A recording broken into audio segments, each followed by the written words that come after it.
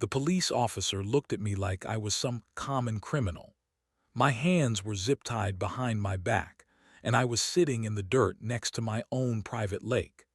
The HOA president stood there with her arms crossed, a smug smile spreading across her face as she watched me being humiliated on my own property.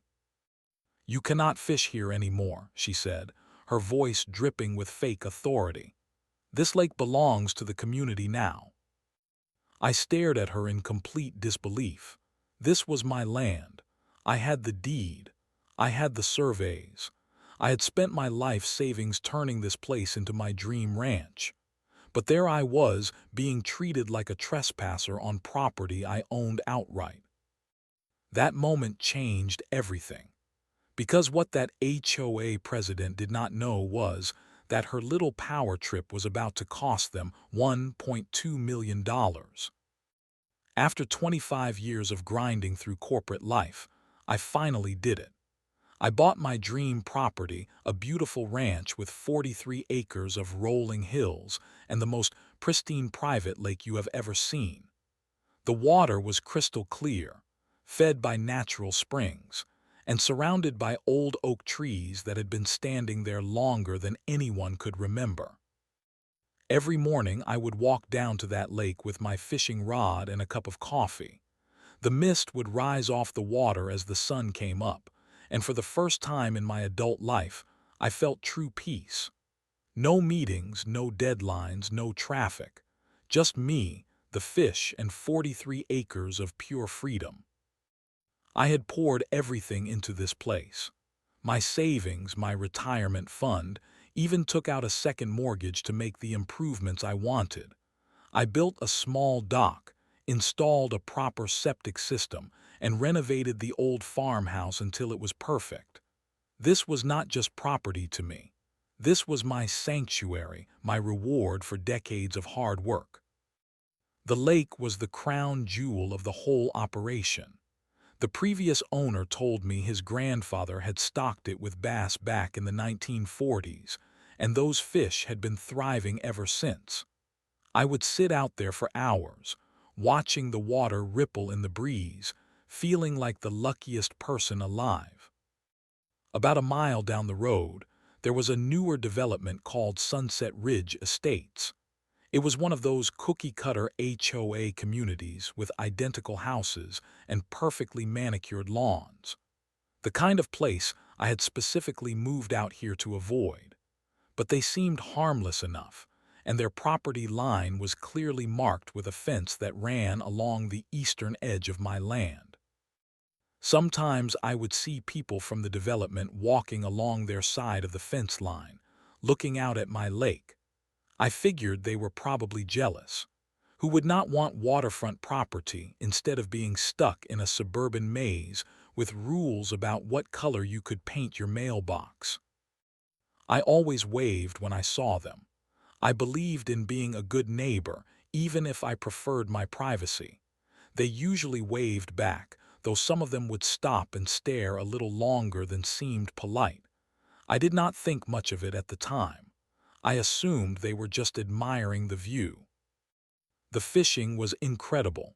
I caught bass, bluegill, and even some decent-sized catfish. I would clean them right there on the dock and cook them up for dinner. There is nothing like eating fish you caught yourself on your own property. It felt like the most natural thing in the world. My property deed was crystal clear. The boundaries were surveyed and marked. The lake was entirely within my property lines, no question about it. I had done all my research before buying, hired a proper land surveyor, and even had a title company verify everything twice. This was my land, fair and square. At night, I would sit on my porch and look out over the water, feeling grateful for every sacrifice I had made to get here. The city lights were far enough away that I could actually see the stars. The only sounds were crickets, frogs, and the occasional splash of a fish jumping. I thought I had found my piece of heaven on earth. I thought my property rights were secure. I thought the fence line meant something. I thought a lot of things that turned out to be wrong. Because what I did not know was that the people in Sunset Ridge Estates were not just admiring my view, they were planning to take it. It was a Tuesday morning in early June when my peaceful world got turned upside down. I was sitting on my dock with my fishing line in the water, enjoying the morning quiet, when I heard voices behind me. I turned around and saw three people walking across my property like they owned the place. The woman in front was clearly in charge. She was probably in her 50s, wearing a business suit that looked ridiculous for walking through a pasture. Behind her were two men carrying clipboards and official-looking folders. They marched right up to my dock without so much as a hello. "Excuse me," the woman said, her voice sharp and demanding. "You need to stop what you are doing immediately." I nearly dropped my fishing rod. "I am sorry, what?" "I am Margaret Coleman, president of the Sunset Ridge Estates Homeowners Association," she announced like I was supposed to be impressed. "This lake falls under our jurisdiction, and fishing is not permitted without proper authorization." I stared at her in complete bewilderment. "Ma'am, this is my property. I own this land and this lake." She pulled out a thick folder and started shuffling through papers. "According to our environmental impact study and community water rights assessment, this body of water is part of the Sunset Ridge Watershed Management Zone. You are in violation of multiple community regulations." The two men with her nodded along like this made perfect sense. One of them started taking pictures of me sitting on my own dock. The other one was scribbling notes on his clipboard. "You have got to be kidding me," I said, standing up. "I have owned this property for 3 years. I have the deed right in my house. This lake is entirely on my land." Margaret Coleman did not even blink.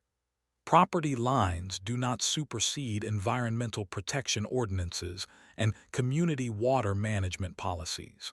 We have authority over all water sources that affect the Sunset Ridge community ecosystem." She was speaking complete nonsense, but she said it with such confidence that for a moment I almost doubted myself. Almost. "Show me your legal authority," I demanded. "Show me what gives you the right to tell me what I can do on my own property." One of the men handed her another folder. She pulled out what looked like official documents and waved them at me. "Environmental Protection Statute 47B, Community Water Rights Ordinance 12C, and Federal Wetland Preservation Act Section 9. You are in violation of all three." I had never heard of any of those regulations, and I strongly suspected she was making them up on the spot. But the way she rattled them off made it sound official. "This is insane," I said. "You cannot just walk onto someone else's property and start making demands." Margaret stepped closer, and I could see the cold calculation in her eyes. "Mr. Thompson, we are not here to argue with you. We are here to inform you of the violations and give you a chance to comply voluntarily. If you continue to fish in this lake without proper permits, we will be forced to take legal action." Legal action for fishing on my own property. Legal action for environmental violations, unauthorized use of community water resources, and failure to comply with HOA regulations that supersede individual property claims. The whole thing was surreal. I felt like I was living in some kind of bizarre alternate reality where property rights did not exist, and HOA presidents could just declare themselves environmental authorities. "I want you off my property," I said firmly, "right now." Margaret smiled, but it was not a friendly smile. It was the smile of someone who enjoyed having power over other people. "We will be back, Mr. Thompson, and next time we will not be asking nicely." The three of them turned and walked away, leaving me standing there in shock. I watched them cross the fence line back onto their development property, and Margaret turned around one more time. 24 hours, she called out. After that, we involved the authorities. I stood there for a long time after they left, staring at the water and trying to process what had just happened. Someone had just told me I could not fish in my own lake, on my own property, that I had paid for with my own money. That night I pulled out all my property documents and spread them across my kitchen table. Deed, survey, title, insurance, everything. It was all clear as day. The lake was mine. But something told me this was just the beginning. Margaret Coleman was not bluffing about coming back. Over the next week, I saw HOA representatives on my property almost every day. They would walk right past the no trespassing signs I had posted and act like they had every right to be there. They started leaving official-looking notices taped to my front door. Environmental violation warning, unauthorized water use citation, final notice of noncompliance, each one more threatening than the last, all printed on fancy letterhead that made them look legitimate. The worst part was not knowing what they were planning next. Every time I went down to the lake, I felt like I was being watched. And I was right. I caught them taking pictures of me from across the fence line, documenting everything I did on my own property. Then they started spreading lies to anyone who would listen. I found out when Jim Morrison, who owned the feed store in town, mentioned that he had heard I was having some kind of environmental problems out at my place. Environmental problems? I asked. Yeah, something about contaminating the water supply for that new development. Margaret Coleman was in here yesterday telling folks you were dumping chemicals in some lake that affects their drinking water. My blood ran cold. She was actually telling people I was poisoning the water supply. It was a complete fabrication, but it was exactly the kind of lie that could destroy my reputation in a small community.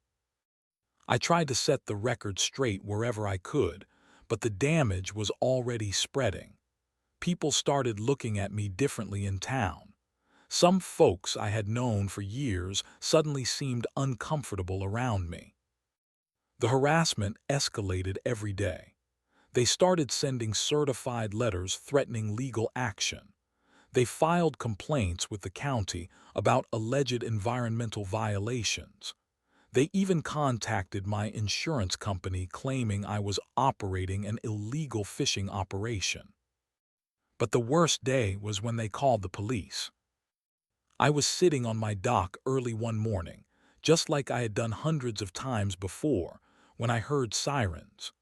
2 patrol cars came racing down my driveway, lights flashing like they were responding to some major emergency. Deputy Johnson got out of the first car. I had met him before at community events, and he had always seemed like a reasonable guy. But that morning, he looked at me like I was some kind of criminal. "Sir, I need you to step away from the water," he said, his hand resting on his radio. "What is going on, Deputy?" "We received a report of someone trespassing on HOA property and engaging in illegal fishing activities." I could not believe what I was hearing. "This is my property. I own this lake." "Sir, I need you to put down the fishing rod and step away from the water while we sort this out." That was when I saw Margaret Coleman walking across my property with 2 other HOA board members. She had that same smug smile on her face, like she was enjoying every minute of my humiliation. "Officers, thank you for responding so quickly," she said. "This gentleman has been repeatedly warned about unauthorized use of community water resources." Deputy Johnson looked confused. "Ma'am, I am going to need to see some documentation about property boundaries before we proceed." I ran to my house and grabbed my deed and survey documents. My hands were shaking as I handed them to the deputy. He studied them carefully, looking back and forth between the papers and the lake. "Ma'am," he said to Margaret, "according to these documents, this lake appears to be entirely on Mr. Thompson's property." Margaret did not miss a beat. "Property lines do not override environmental protection laws, officer. This water source affects our entire community, and he has been cited multiple times for violations." "What kind of violations?" She started rattling off the same made-up regulations she had mentioned before, but I could see Deputy Johnson was not buying it. "Ma'am, I am going to need to see official documentation of these violations and your legal authority to enforce them." Margaret's smile finally faded. "I will have our attorney contact your department with the proper paperwork." After they left, Deputy Johnson apologized for the confusion, but the damage was done. Word spread quickly that the police had been called to my property. People started assuming I must have done something wrong. That night, I realized this was not going to end with reasonable discussion. These people were playing for keeps, and they were willing to lie, harass, and humiliate me to get what they wanted. It was time to fight back. I knew I needed professional help, so I called Robert Martinez, the best property attorney in the county. His reputation was solid, and I had heard he did not back down from bullies. When I explained what was happening, he agreed to take the case immediately. "This sounds like a classic property grab," he said during our first meeting. "HOAs sometimes try to expand their authority beyond their legal boundaries. Hopping people will just give in rather than fight." Robert started by doing a deep dive into the HOA's legal standing. What he found was shocking. Sunset Ridge Estates had been pulling these stunts for years, and I was just their latest target. "Look at this," Robert said, spreading documents across his conference table. "They tried the same thing with the Hendersons 2 years ago, claimed their pond was part of some community water management system. The Hendersons got scared and actually stopped using their own pond. The more we dug, the worse it got. The HOA had been systematically intimidating property owners all around their development, claiming authority they did not legally possess. They had convinced elderly landowners to give up water rights, bullied farmers into changing their irrigation practices, and even forced one family to tear down a perfectly legal barn because it supposedly violated some made-up community aesthetic standard. "How are they getting away with this?" I asked. "Because most people do not know their rights, and fighting an HOA seems too expensive and complicated. They count on people backing down." But the most shocking discovery came when Robert researched the lake itself. According to county records, my lake had never been part of any HOA agreement or community covenant. Not only that, but the original developers of Sunset Ridge Estates had specifically excluded all existing water features from their HOA authority when they filed their incorporation papers. "They have no legal claim to your lake whatsoever," Robert explained. "In fact, what they are doing is probably criminal harassment." Then we found the smoking gun. Robert had contacts at the county planning office, and they shared some very interesting information. The HOA leadership had been meeting with developers about turning the area around my lake into waterfront lots for new construction. "They want your land," Robert said, showing me the preliminary development plans. "They have been trying to figure out how to get access to that lake for a major expansion project. If they can establish some kind of legal claim to the water, they can force you to sell or tie you up in court until you go broke." The development plans were elaborate. They wanted to build 26 new luxury homes with lake access, a community marina, and even a small resort area. The projected profits were enormous. My beautiful, peaceful lake was just a dollar sign to them. This explains everything, I said. The harassment, the fake violations, the police calls. They are trying to wear me down so I will give up. Robert nodded grimly. And if that does not work, they will probably try to get the county to condemn your property for some public use project. I have seen it before. But we had more surprises coming. Robert hired a private investigator to dig deeper into the HOA's activities. What we found was a pattern of document falsification, fraudulent claims, and abuse of authority that stretched back almost 5 years. Margaret Coleman and her board had been operating like a criminal organization. They had created fake environmental studies, forged government documents, and even impersonated county officials in their communications with property owners. This is not just property harassment, Robert told me. This is conspiracy, fraud, and possibly racketeering. These people belong in prison. The investigator found other victims who had been too scared or embarrassed to speak up. The Hendersons, who had given up their pond rights. The Garcias, who had been forced to reroute their driveway based on fake traffic ordinances.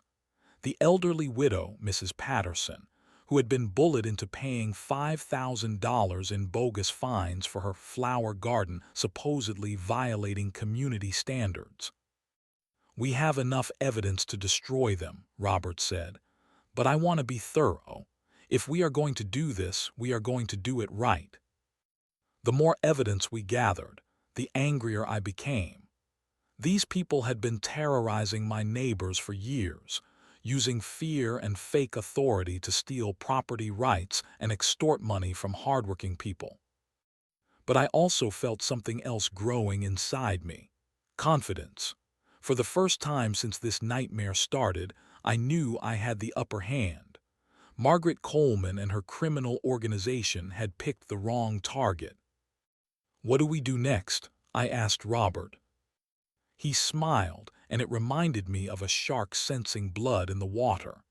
Now we go on the offensive, and when we are done with them, they are going to wish they had never heard of your lake. Robert Martinez did not waste any time. Within a week of completing our investigation, he filed a massive lawsuit against the Sunset Ridge Estates HOA, Margaret Coleman personally, and every board member who had participated in the harassment campaign. The lawsuit was a thing of beauty. Conspiracy, fraud, harassment, trespassing, defamation, intentional infliction of emotional distress, and abuse of process. We were not just asking for damages. We were asking for punitive damages that would send a message to every corrupt HOA in the state. The key to winning against bullies, Robert explained, is to hit them harder than they ever imagined possible. They are used to people backing down. They are not used to people fighting back with superior firepower. But we did not stop with just filing the lawsuit. Robert had connections with the local media, and he knew this story would generate serious attention. Within days, reporters were calling me for interviews about the HOA that tried to steal a man's private lake. The first news story aired on Channel 7 Evening News. Local HOA claims authority over private property, the headline read. The reporter, Jessica Martinez, had done her homework. She interviewed me at the lake, showed the property documents, and then ambushed Margaret Coleman outside her house for comment. Margaret's response was perfect. She got flustered, started making up more fake regulations on camera, and even threatened to have the reporter arrested for harassment. It was exactly the kind of unhinged behavior that made great television. The story went viral locally. Within days, my phone was ringing off the hook with calls from other property owners who had been victimized by the same HOA tactics. People I had never met were reaching out to share their stories and offer their support. That was when things got really interesting. Robert had been right about building a coalition. We started getting calls from the Hendersons, the Garcias, Mrs. Patterson, and 6 other families who had been bullied by Margaret Coleman and her gang. "We want to join the lawsuit," Mrs. Patterson told me during a meeting at Robert's office. "That woman made my life hell for 2 years. She needs to pay for what she has done to all of us." Robert was thrilled. A class action lawsuit with multiple victims shows a clear pattern of abuse.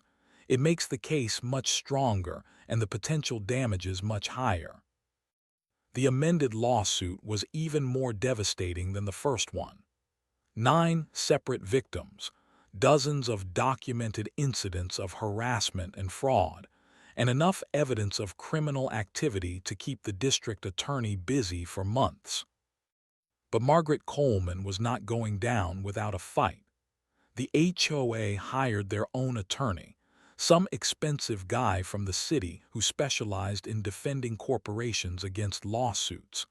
They started filing motions to dismiss, claiming they had been operating within their legal authority the whole time. That was their first mistake. Their new attorney had not done his homework, and he made the same claims in court documents that Margaret had been making all along. Claims about environmental authority they did not possess, regulations that did not exist, and legal powers that were completely fictitious. Robert tore them apart in his response.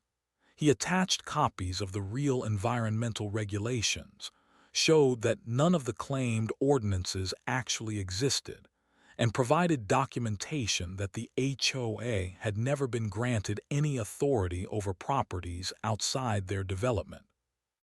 "Your Honor," Robert argued during the first hearing, "the defendants have not only engaged in systematic harassment of property owners, they have continued their pattern of deception and false claims even in their response to this lawsuit."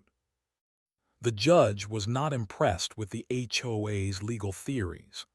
"Counsel, I am going to need to see actual legal authority for your client's actions, not just assertions about environmental protection and community standards." That was when the HOA's attorney realized he had a problem. During a brief recess, I watched him having an animated conversation with Margaret Coleman in the hallway. Even from a distance, I could see she was getting desperate. The media attention was killing them. Every news story brought more victims forward and more evidence of their corrupt practices. The county attorney's office had opened a criminal investigation. The state attorney general was asking questions about HOA overreach and consumer fraud. Margaret Coleman tried one last desperate gambit. She offered to settle the lawsuit and agree to leave me alone if I would just sign a non-disclosure agreement and keep quiet about everything they had done. "They want to pay us to shut up," Robert told me after receiving the settlement offer. "They are terrified this case is going to destroy them." "What do you think?" I asked. Robert smiled that shark smile again. "I think we have them exactly where we want them, and I think we should finish what they started." The settlement offer was pathetically small anyway. $25,000 to forget about years of harassment, criminal behavior, and an attempt to steal my property. It was insulting. "Counteroffer," I told Robert. "Full public apology, complete restitution to all victims, dissolution of their illegal enforcement activities, and damages that will make sure they never try this again." "Now you are thinking like a winner," Robert said. The war was just getting started. The trial began on a cold Monday morning in November. The courthouse was packed with victims, supporters, and media representatives who had been following the case. I had never seen so much attention focused on a property dispute, but this had become much bigger than just my lake. Robert had prepared meticulously. We had boxes of evidence, expert witnesses, and testimony from 11 different victims who had been harassed by the Sunset Ridge Estates HOA. The case had grown beyond anything Margaret Coleman could have imagined when she first walked onto my property. The HOA's attorney tried to present their defense, but it was pathetic.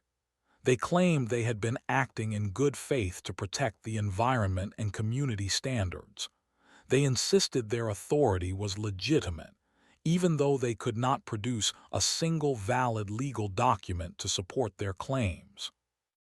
"Ladies and gentlemen of the jury," Robert said in his opening statement, "this is not a complicated case. The defendants systematically harassed, intimidated, and defrauded property owners for years. They used fake documents, made false claims to law enforcement, and attempted to steal property rights through fraud and intimidation." The first witness was Mrs. Patterson, the elderly widow who had been bullied into paying bogus fines. She testified about how Margaret Coleman had threatened to put a lien on her house if she did not pay $5,000 for violating community standards that did not even apply to her property. "I was so scared," Mrs. Patterson said, tears in her eyes. "I am 82 years old, and this woman was telling me I could lose my home over my flower garden. I paid the money because I did not know what else to do." The Hendersons testified about giving up their pond rights after being told they were violating environmental regulations. The Garcias described being forced to spend $15,000 rerouting their driveway based on traffic ordinances that turned out to be completely fabricated. When it was my turn to testify, I told the jury about that first morning when Margaret Coleman walked onto my property and claimed authority over my lake. I described the months of harassment, the false police reports, and the systematic campaign to destroy my reputation in the community. "They did not just want to control my property," I testified. "They wanted to steal it. The evidence shows they had plans to develop the land around my lake for their own profit. When I would not give up my rights voluntarily, they tried to take them by force." But the most devastating testimony came from our expert witness, a former HOA attorney who specialized in property law. He explained to the jury exactly how far outside their legal authority the defendants had operated. "In 30 years of HOA law, I have never seen such a systematic pattern of fraud and abuse of authority," he testified. "The defendants created fake regulations, forged documents, and impersonated government officials. This was not overzealous enforcement. This was criminal conspiracy." When Margaret Coleman took the stand in her own defense, it was a disaster. Robert had prepared for months, and he methodically destroyed every lie she had told and every fake claim she had made.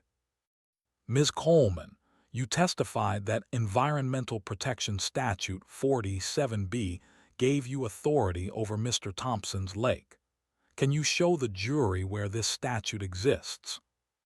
Margaret fumbled through papers, her face getting redder by the minute. "It is part of the comprehensive environmental protection framework." "Ms. Coleman, there is no Environmental Protection Statute 47B. You made it up, did you not?" The regulations are complex." "You made it up to intimidate property owners, correct?" The judge had to call for order as Margaret's attorney objected repeatedly. But the damage was done. The jury could see she was lying, just like she had been lying for years to intimidate property owners. Robert presented evidence of the development plans, showing the jury exactly why the HOA wanted access to my lake. The projected profits were enormous, and my property was the key to their entire scheme. "This was never about environmental protection or community standards," Robert argued in his closing statement. "This was about greed. The defendants wanted to steal Mr. Thompson's property so they could develop it for profit. When he refused to be intimidated, they escalated their criminal behavior until it reached the level of organized racketeering. The jury deliberated for less than 4 hours. When they returned, the foreman read the verdict with a clear, strong voice. We find for the plaintiffs on all counts. We award compensatory damages in the amount of $400,000 and punitive damages in the amount of $800,000. $1.2 million total. The courtroom erupted in applause and cheers. Margaret Coleman sat in stunned silence as her attorney tried to console her. But we were not done yet. The judge still had to rule on our request for criminal referrals. After reviewing all the evidence presented during the trial, he made his decision. The evidence clearly shows a pattern of fraud, conspiracy, and abuse of process that warrants criminal investigation. I am referring this matter to the district attorney's office for potential prosecution. Margaret Coleman and 2 other board members were arrested the following week. The Sunset Ridge Estates HOA was dissolved by court order, and my lake was finally, permanently, legally protected from any future harassment. Justice had been served. The aftermath of our victory was even sweeter than I had imagined. Within a month of the trial, Margaret Coleman and her 2 co-conspirators were facing criminal charges for fraud, conspiracy, and racketeering. The district attorney had decided to prosecute them to the full extent of the law. The $1.2 million judgment was just the beginning. When the HOA's assets were liquidated to pay the damages, we discovered they had been sitting on a substantial reserve fund that was supposed to be used for community improvements. Instead, it had been funding their legal harassment campaigns and personal enrichment schemes.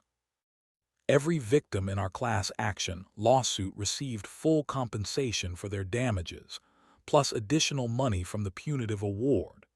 Mrs. Patterson got her $5,000 back, plus interest and compensation for the emotional distress she had suffered. The Hendersons reclaimed their pond rights and received payment for the years they had been prevented from using their own property. But the money was not the most satisfying part. The most satisfying part was watching the complete collapse of Margaret Coleman's little empire of corruption.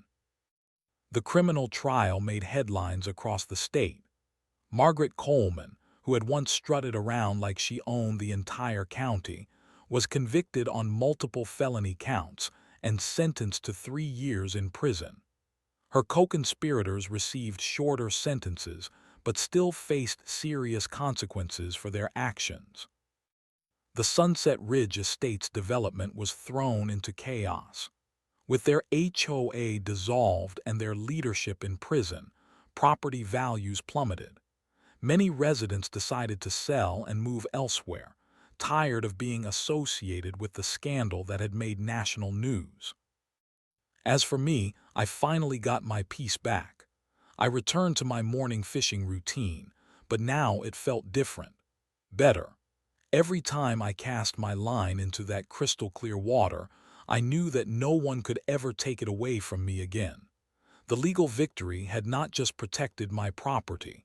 It had established a precedent that would protect other property owners from similar abuse. The lake became even more beautiful to me after everything we had been through. The bass were still biting, the water was still clear, and the morning mist still rose off the surface just like it had before. But now there was something extra: the satisfaction of knowing that justice had prevailed. Other property owners started reaching out to me for advice when they faced similar harassment from HOAs or local authorities. I was happy to share what I had learned and connect them with Robert Martinez, who had become something of a specialist in fighting corrupt HOAs. The key is to never give up, I would tell them. These bullies count on people being too scared or too tired to fight back, But when you stand up to them with the truth and good legal help, they crumble pretty quickly. The story spread far beyond our little county. I received letters from property owners all across the country who had faced similar harassment. Many of them used our case as a model for fighting back against corrupt HOAs and abusive local authorities. Robert Martinez became something of a celebrity in property law circles. He started giving speeches at legal conferences about fighting HOA overreach and protecting individual property rights. Our case became a textbook example of how to build a successful class action lawsuit against corrupt organizations. The development plans for my lake area were permanently scrapped. The county passed new regulations specifically designed to prevent HOAs from operating outside their legal authority. They even named it the Thompson Property Rights Protection Ordinance, which made me feel proud every time I heard it mentioned. 3 years later, I still wake up every morning and walk down to my lake with my fishing rod and coffee. The difference is that now I appreciate it even more. I know what it feels like to almost lose something precious, and I know what it takes to fight for what is rightfully yours. Sometimes people ask me if I regret not taking an early settlement and avoiding all the stress and publicity. The answer is always the same. Hell no. Fighting back was the best decision I ever made. Margaret Coleman got out of prison after serving 2 years, but her life was ruined. She lost her house, her reputation, and her freedom. She learned the hard way that there are consequences for bullying innocent people and trying to steal their property. My lake is still there, still beautiful, still mine, and every fish I catch tastes like victory. The American dream is not just about owning property. It is about having the courage to defend what is yours when corrupt people try to take it away. Sometimes that means going to war. Sometimes that means risking everything. But when you win, when justice prevails, when the bullies get exactly what they deserve, it makes every moment of the fight worthwhile. That is the lesson of my lake. Stand up for your rights, fight back against corruption, and never ever let the bullies win.